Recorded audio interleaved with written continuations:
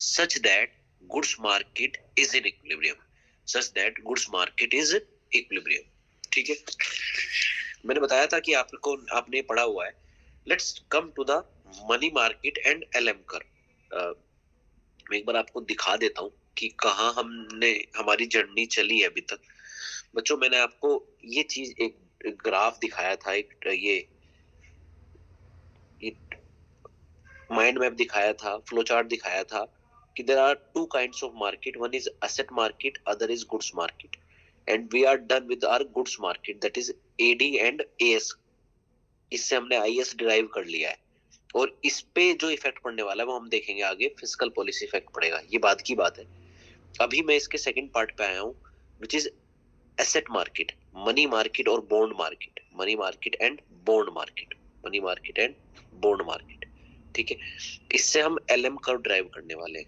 अब तुमने money market पढ़ा हुआ है एक्चुअली, ये मनी मार्केट और bond market actually second semester में पढ़ा हुआ है कि आप मनी डिमांड क्यों करते हैं, है ना.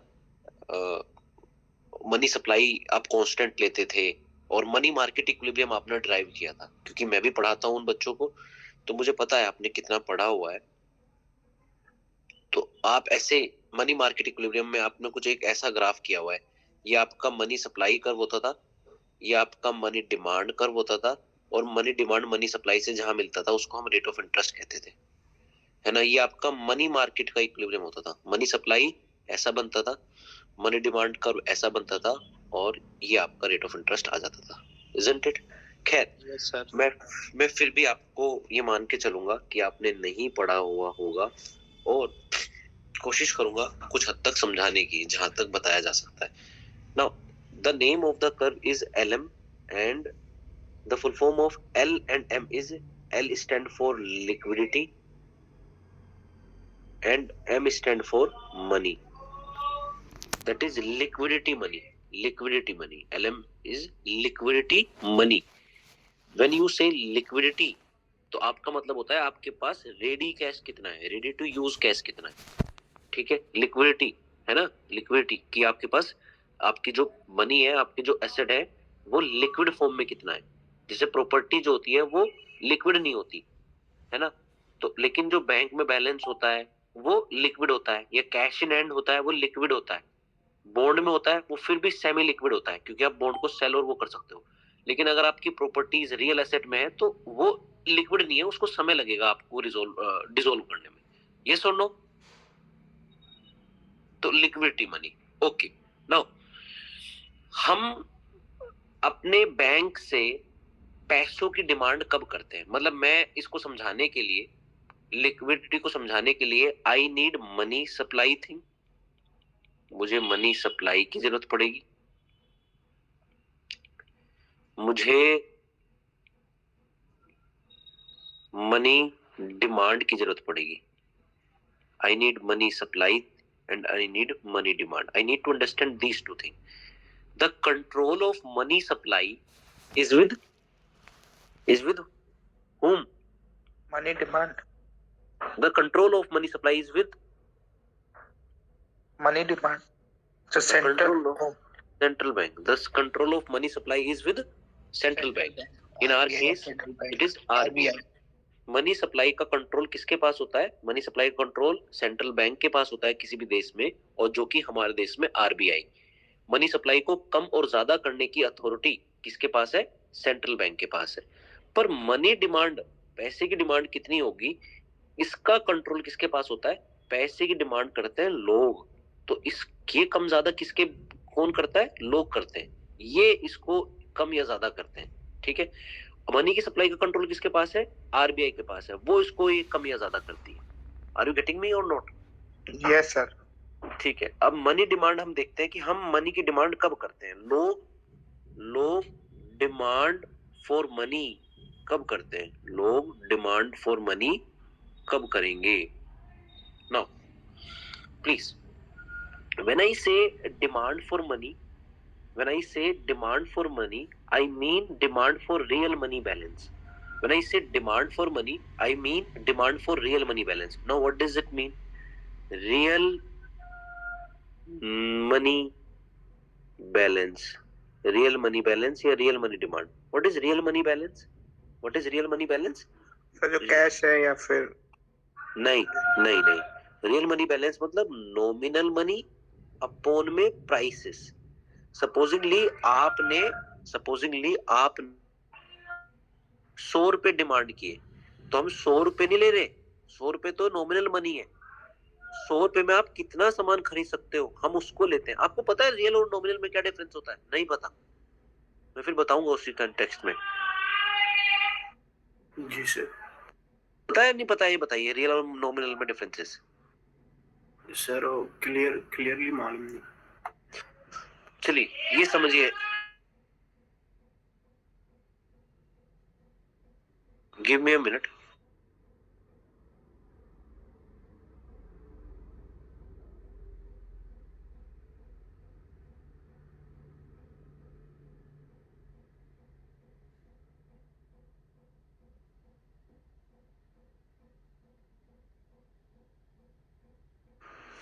बच्चों रियल और नॉमिनल में एक बड़ा डिफरेंस समझिए। आई होप सभी लोग अटेंटिव हैं, तो मैं एक एग्जांपल देके समझाऊंगा जो बहुत ही पर्सनली मेरा सबसे सिग्निफिकेंट एग्जांपल है। लेकिन वो मैं, अगर आप नहीं अटेंटिव हैं तो मैं क्लास में दूंगा, क्योंकि वो बेंचमार्क है इस पूरे मैक्रोइकोनॉमिक्स का। कोई सभी अटेंटिव है तो मैं यही दे देता हूँ, पर उससे रियल और नॉमिनल आपको पूरी तरह क्लियर हो जाएगा। जी सर। नहीं नहीं जी सर, सभी लोग हैं नहीं सर। हाँ हाँ सर। नहीं, बाकी लोग अटेंटिव हैं? Yes sir. Yes sir. Yes sir. Yes sir. Yes sir. ठीक है बच्चे, समझिए, बहुत ध्यान से समझने वाली बात है। मैं आपसे एक चीज पूछता हूँ। पहली बात मैं बताता हूँ आपको, जब भी ये आएगा वर्ड बार बार, एक होता है रियल, एक होता है नॉमिनल। नॉमिनल मतलब इन टर्म्स ऑफ मनी। पहले मैं भी एग्जांपल दूंगा, डोंट वरी। नॉमिनल मतलब इन टर्म्स ऑफ मनी, और रियल मतलब in terms of quantity, that is purchasing power. What does it mean? Supposedly मेरे से कोई पूछता है, सर आपकी जेब में, आपकी पॉकेट में कितने रुपीस हैं? मैं कहता हूं मेरी जेब में 100 रुपए पड़े हैं भाई। तो मैं बोलता हूं नॉमिनल मनी मेरा कितना है? 100 rupees. Nominal money that I have in my pocket is 100 but मैं इस 100 रुपीस में एक मार्कर आता है, जिससे हम पढ़ाते हैं। लेट से वो 25 रुपीस का आता है, उसका प्राइस जो है वो 25 रुपीस है। तो मैं कितने मार्कर खरीद सकता हूँ? 4। सो मेरी परचेजिंग पावर, मैं कितना माल खरीद पा रहा हूँ 100 रुपए से, that is your real money. So what is your nominal money? 100 rupees. What is your real money? I can buy 4 markers, that is my real money. I have that money from which I can buy 4 markers. That is my real money balance. मैंने बचपन में ना अपने दादा दादी से सुना कि हमारे जमाने में ना 100 रुपए में ना बहुत सारी चीजें आ जाती थी, अब तो कुछ भी नहीं आता। तो वो पता है क्या करते कि नॉमिनल तो पहले भी 100 था, आज भी 100 है, पर पहले 100 रुपए में जो रियल बैलेंस था वो ज्यादा था। अब 100 रुपए का जो रियल बैलेंस है वो क्या है? कम है। 100 रुपए का नोट तो वही है ना, पहले भी अभी भी वही वैल्यू है, बट पहले उसकी परचेजिंग पावर, उससे खरीदने की जो क्षमता थी वो ज्यादा थी, है ना? अब क्या है? अब कम है। यस और नो? Yes sir. अब मैं एक एग्जांपल देता हूँ, बड़े ध्यान से सुनना। ये एग्जांपल मैंने कहां से पिक किया है? आरबीआई के गवर्नर रहे हैं रघुराम जी राजन। रघुराम जी राजन ने ना एक बार स्पीच दी, और स्पीच में उनसे क्वेश्चन किया। उन्होंने एक एड्रेस कर रहे थे ओल्ड एज लोगों को, पेंशनरीज को, वो जो रिटायर्ड होके पेंशन पे होते हैं उनको वो एड्रेस कर रहे थे। And he was addressing a question from of those pensionaries. Those pensionaries have written a letter to Raghuram Rajan to ask him to increase the rate of interest on their savings. जो पेंशनरीज होते हैं, जो बैंकों में पैसा जमा कराते हैं, क्योंकि उनकी लाइवलीहुड उसी के ऊपर डिपेंडेंट होती है, तो they have written a letter to Raghuram ji Rajan to request him to kindly increase the rate of interest so that they can get higher return on their savings. So they genuinely ask this question. So then Raghuram Rajan revert them in his speech. Now how he revert in his speech, let me give you an example. Base हमको समझ में आ गया क्या scenario है. पेंशनरीज ने एक letter लिखा है रघुराम राजन को. रघुराम राजन से उन्होंने रिक्वेस्ट की है कि सर काइंडली हमारी रेट ऑफ इंटरेस्ट बढ़ा दीजिए ताकि हमारे को हमारी सेविंग्स पे ज्यादा पैसे मिल सके. ठीक है, तो रघुराम राजन उनको रिक्वेस्ट कर रहे हैं और रिवर्ट करते हैं. कैसे करते हैं ये समझने की जरूरत है. समझाता हूं मैं, समझाऊं?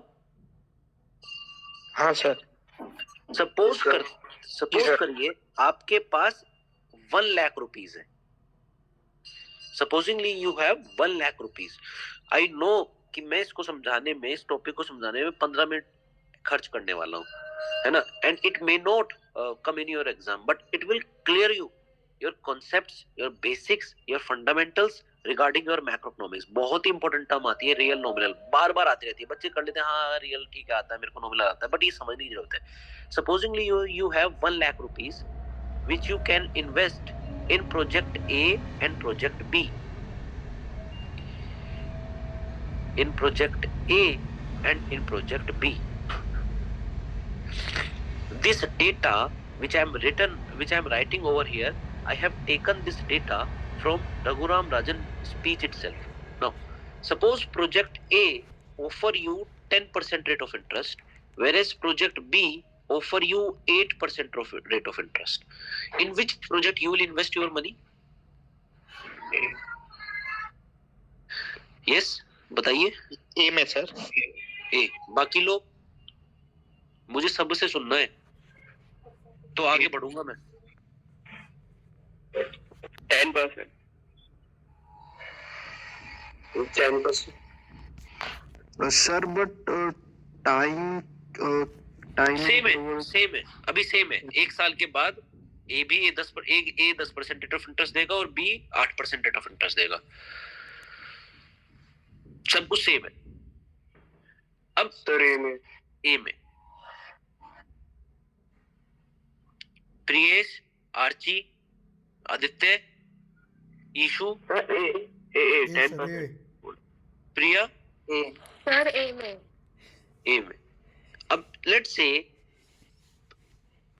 एक साल बाद आपको ए 10% रिटर्न देगा और प्रोजेक्ट बी आपको 8% रिटर्न देगा.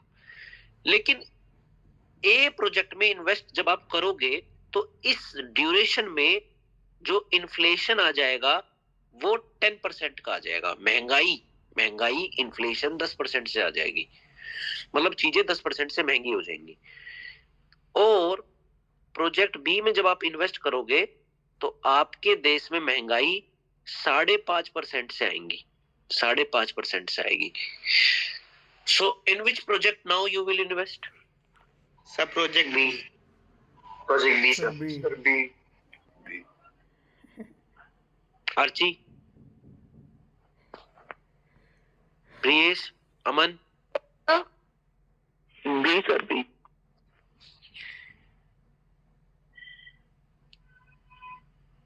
बी. अच्छा, let me confuse you now. I'm deliberately saying this word. Let me confuse now. Suppose let's take a thing dosa. Dosa price was 50 rupees before inflation. As inflation come in the year end, dosa price become what? Dosa price become what? 55. Inflation आया ना 10% का. जो चीज 50 रुपए की थी वो कितने की हो गई? 55 की हो गई. अच्छा, here प्रोजेक्ट ए के केस में dosa price was 50 before investment and as year pass on the price become what? 52.75 क्योंकि 5.5% से इन्फ्लेशन आ गया. ठीक है, but in project A you will get how much return? 10,000, 1,00,000 का 10%. In project B how much you will get? 8,000, 1,00,000 का 8%, 1,00,000 का 8%. 8%. अब बताइए किसमें, अब ये है डेटा. अब एक बात बताओ,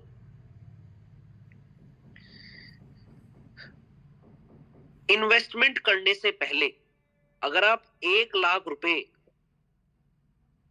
इन्वेस्टमेंट करने से पहले अगर आप 1,00,000 रुपए के डोसा खरीदते तो डोसा 50 रुपए का आता? आता नहीं आता? डोसा 50 रुपए का आता तो इसमें शायद आप 2,000 डोसा खरीद लेते.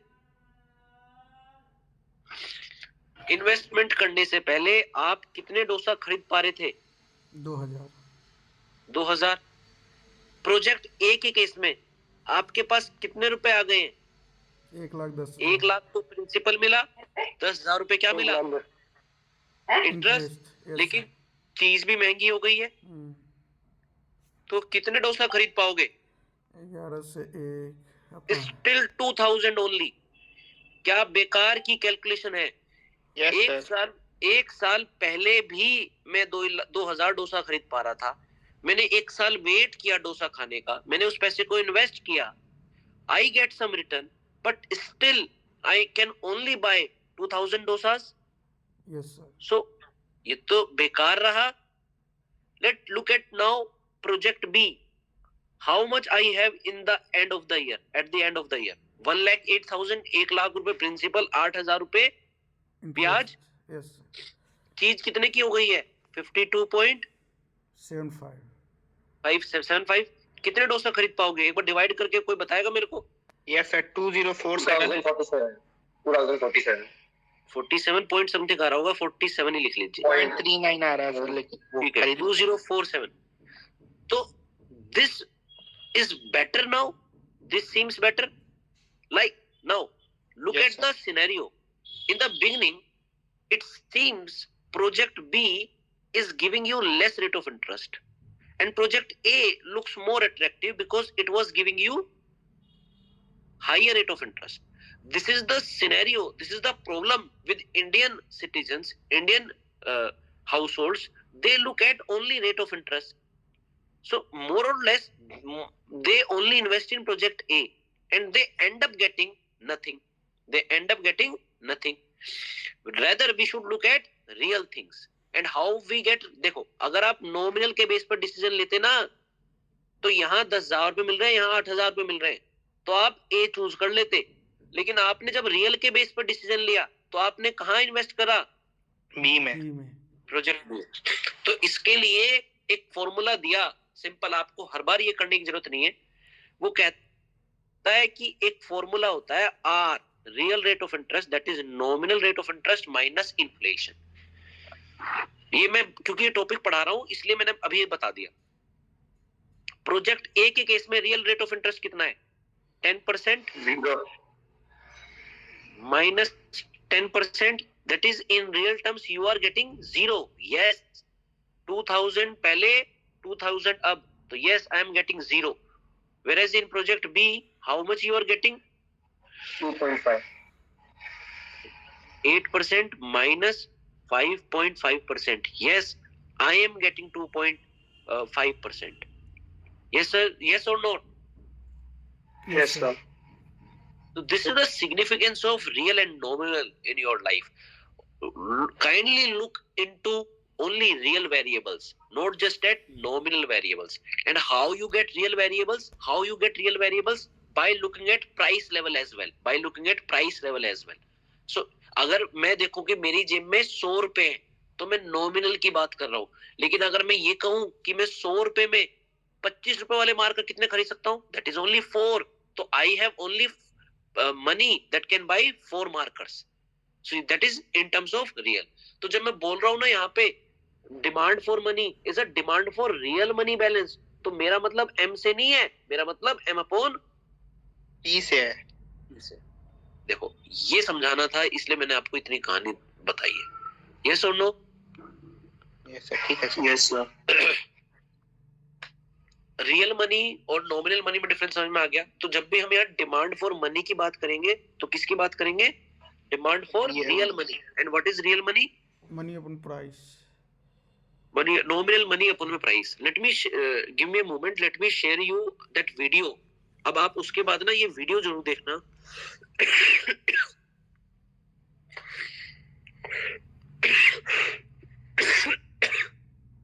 4 मिनट्स की वीडियो है, आपको क्लियर हो जाएगा कि मैंने ये डेटा कहां से लिया था और क्या मैं आपको समझा रहा था। पूरा डेटा वहीं से उठाया मैंने।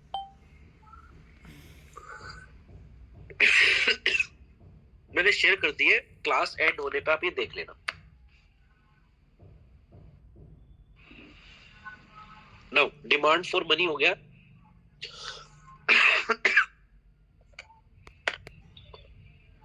तो demand for money is demand for real money balance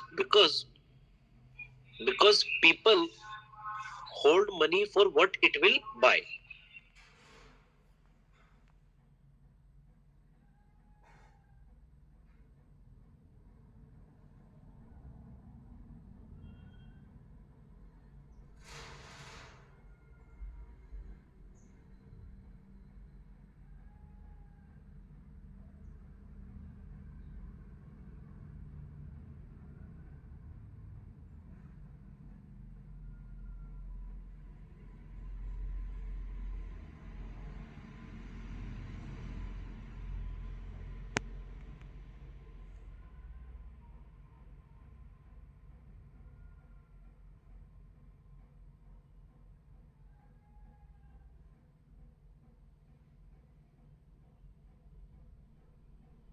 हाँ यस बच्चों, ये बात समझ में आई कि जो मैंने अभी अंडरलाइन किया, higher the price level more the nominal money a person has to hold to able a purchase given quantity of good. वो कहता है कि because we are talking about real money balance, अगर किसी चीज, अगर इकोनॉमी में प्राइसेस ज्यादा होंगे,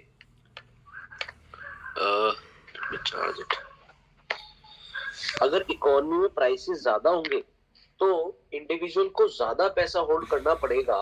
जिन इंडिविजुअल को ज्यादा पैसा होल्ड करना पड़ेगा चीजों को बाय करने के लिए, यस और नो? तो मतलब वो बैंक से पैसे की डिमांड कम करेगा या ज्यादा करेगा? ज्यादा करेगा। इसलिए यहाँ लिखा है higher the price level the more nominal balance a person has to hold to able to purchase a given quantity of goods. अगर प्राइस डबल हो जाता है तो उसको बैंक से भी पैसे डबल डिमांड करने पड़ेंगे।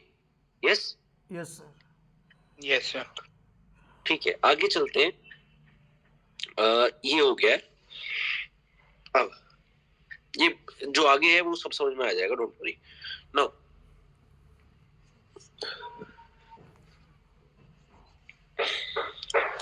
तो एलएम में एल का मतलब क्या है? लिक्विडिटी। और एम का मतलब क्या है? मनी। मनी। मनी में भी क्या है? Real money. Now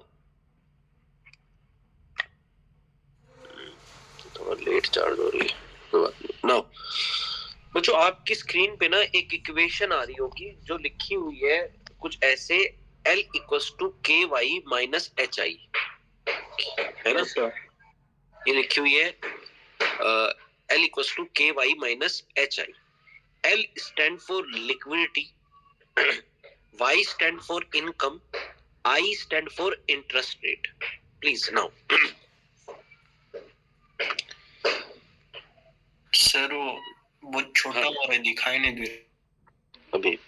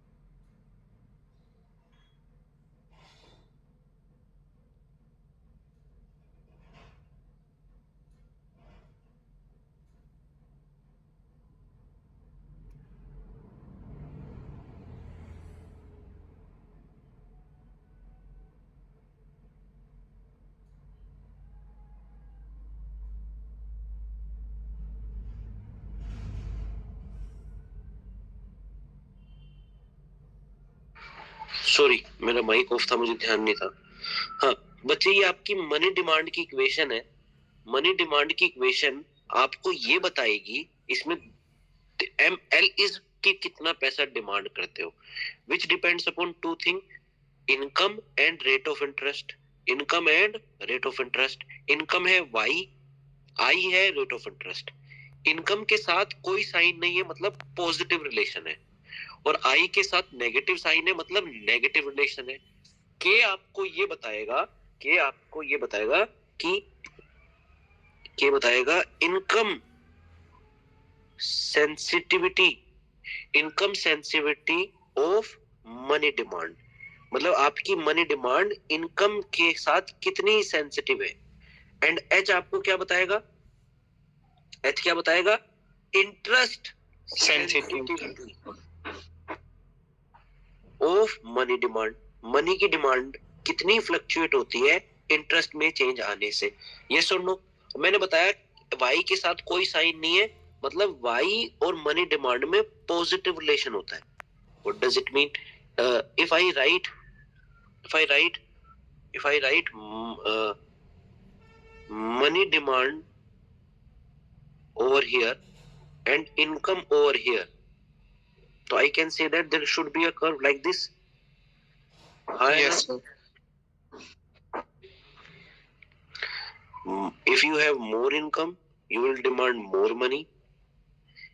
If you have less income, you will demand less money. Can anyone give me the layman logic behind it? If you have more income, you will demand more money from bank. How come? और ज्यादा income होगी तो हम ज्यादा खर्च करेंगे, spending बढ़ेगी, तो स्पेंडिंग बढ़ेगी तो फिर हमको ज्यादा मनी चाहिए होगा। हाँ, अगर हमारी इनकम ज्यादा होगी तो हमारी डे टू डे ट्रांजेक्शन ज्यादा होंगी, हमें ज्यादा खर्च करने का मन करेगा, और अगर हमें ज्यादा खर्च करना होगा तो we will need more money. If we need more money तो we will demand more money from the bank. So when income is more, money demand will be more. If income is less, money demand is less. Yes or no? Yes, sir. Now with the rate of interest,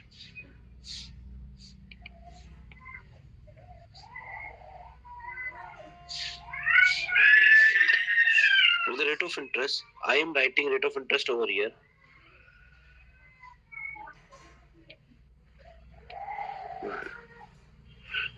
I'm writing money demand over here. It has negative relation. Yes, it has negative relation. How can I say that it has a negative relation? Please, suppose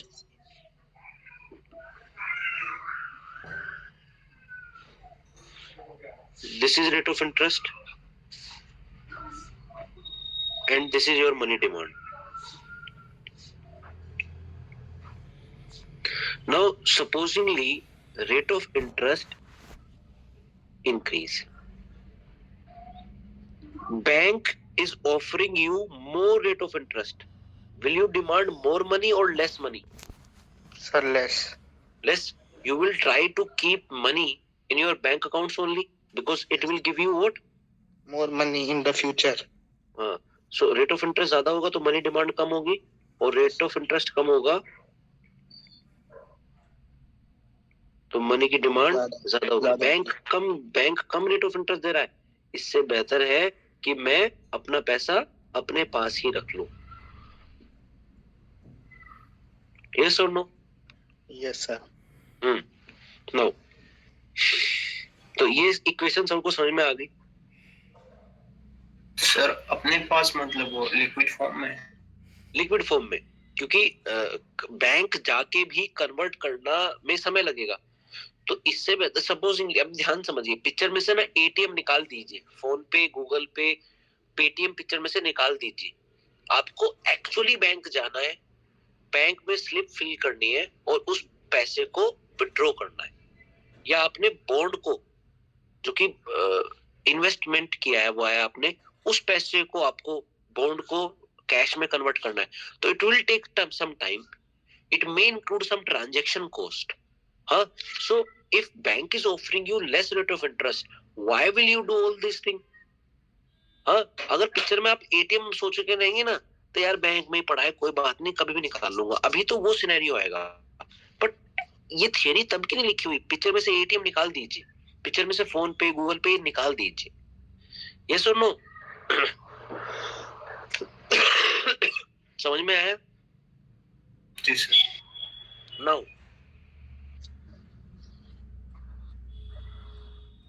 Now what happened is,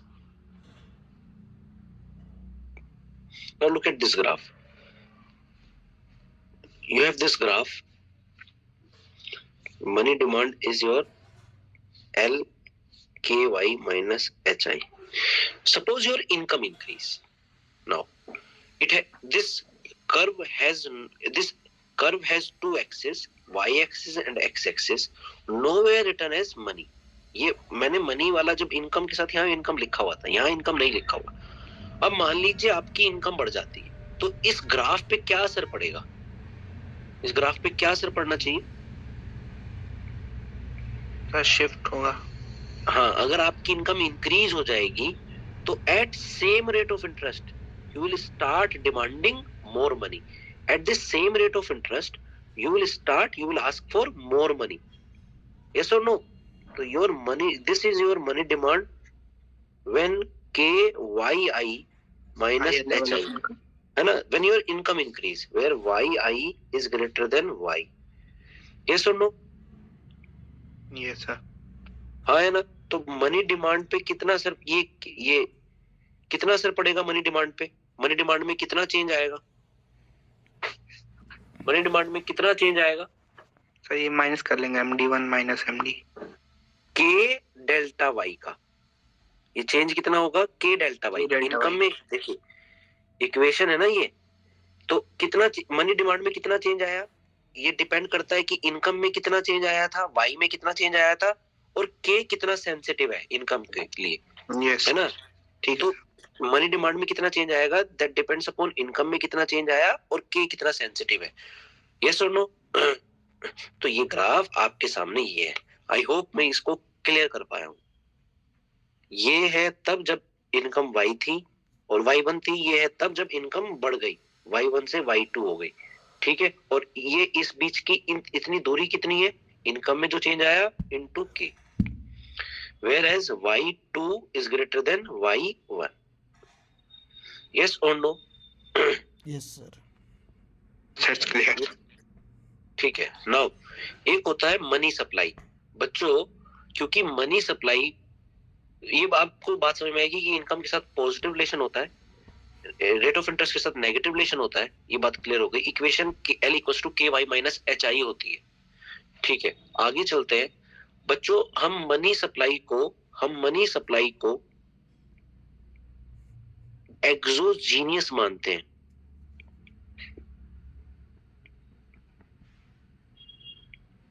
exogenous मानते हैं। Exogenous का मतलब है कि हम उसको constant, हाँ, outside the model. Very good. कि it has no effect on rate of interest, it has no effect on income, it has no effect of income, it will change as the RBI seems.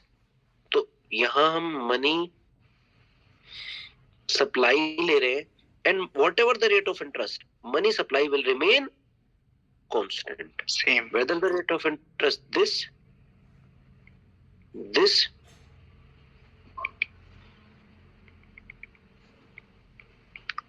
or this. तो ये rate of interest वही है जो bank offer कर रहा है ना? हाँ ठीक है सर। ठीक है, हमने इसको क्या माना है? हमने मनी सप्लाई को वर्टिकल मान लिया, as it is determined by central bank, that is RBI in our case. Yes or no? Because RBI has considered rate of interest, but it has several other things to consider as well.